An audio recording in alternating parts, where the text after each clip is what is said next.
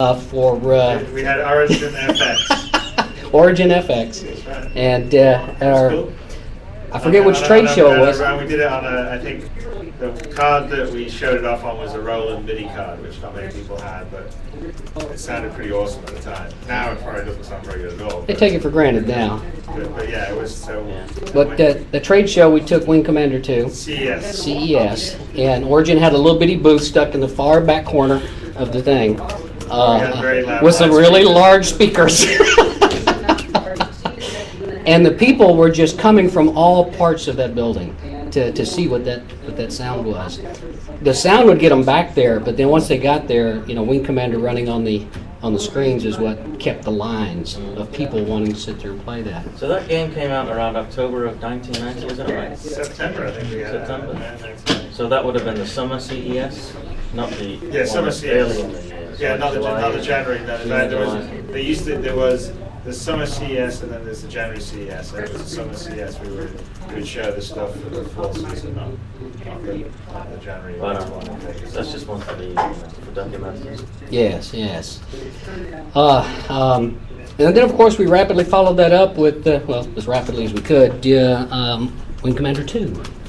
And some mission discs. I showed up December of 1990, and within a month I was working on speech with Steve.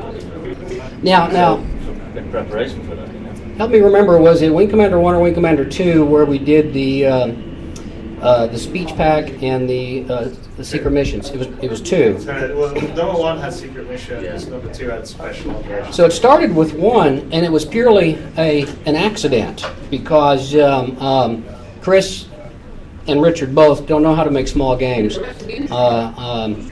So they had this thing on more was it still floppy disk at the time? We hadn't gone to CDs yet. We had it on more floppy disks than Richard's brother Robert would allow us to ship in the box. He goes, the cost of goods is going to be this amount. You've already exceeded that. You're going to have to cut some of these disks. And we didn't know what to do. The whole concept of add-on packs, which is now DLC, downloadable content, didn't exist at the time. No other games had done it that I'm aware of. And so Fred Schmidt and Chris had these ideas for, let's just sell them separately as add-on packs. We didn't think they were going to do any good at all. Chris was pretty depressed, if I remember at the time, because he thought we were really compromising the integrity of his product by not shipping all these discs and content in there in the same box. But it turned out to be the best thing that could have happened, because we sold a ton of those add-on packs at what, $20 a piece, $19.95, something like that. I think it was something like that. And wound up. The total price of the game plus the speech pack was quite profitable. Oh, totally. It was a lot more than if we'd included those discs in there. Because I don't remember the exact numbers, but it seems like we sold almost half as many of the add-on packs as we did the original. Now, we thought we were going to sell like maybe 10,000, and everyone was worried they were going to lose money on it, and it wasn't going to work, and then it sold lots. And then the rest of the industry go, those guys are geniuses! Oh my God, let's all do add-on packs! And of course it helped put the speech synthesizer on the map. Creative was the company that supported us, and so we sold a ton of creative sound cards to support the speech pack for Wing Commander. And then of course after that all the games out there had to have the same stuff. That was part of what I really loved about that era. We were fortunate in that Richard had founded the company with a cash cow already, Ultima. So and so that steady stream of revenue allowed us to experiment with continuously pushing the bleeding edge of technology, and Chris kept us pretty bloody all the time on that bleeding edge, and that's part of what made it fun. So I remember the trickle down of gateway PCs that always kept coming in the door. You remember all that? Stacks and stacks, and you constantly getting new machines and trickling them down. Oh yeah. And then talking about the fusion of movies, cinema with gaming. Chris then took it to the next level in Wing Commander 3. Now this was after we had been merged with Electronic Arts, and we had a little bit even more deeper pockets.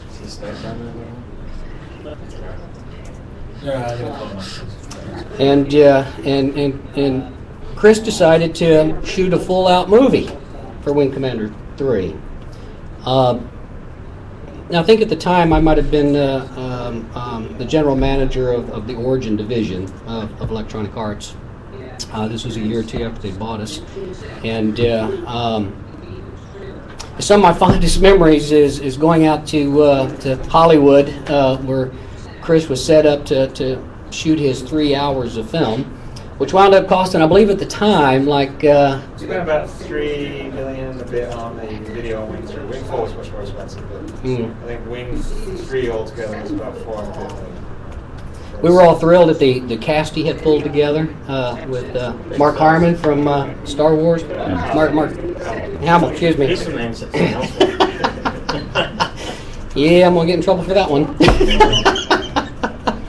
But his Maniac character was my favorite actor on the set. What was his name? Tom Wilson. Tom Wilson. Yes. He was hilarious. He kept everybody on the set rolling with his humor, which I never would have expected from having watched him in Back to the Future. Had no idea he was that personable and that hilarious. His character was so powerful. Do you remember that we were making a push to try to get his own game, Maniac? At the time, I thought he was such a powerful character. This guy just needs his own piece. Tom Wilson was all for that. Yeah, he was. He's like, yeah, sounds like a to me.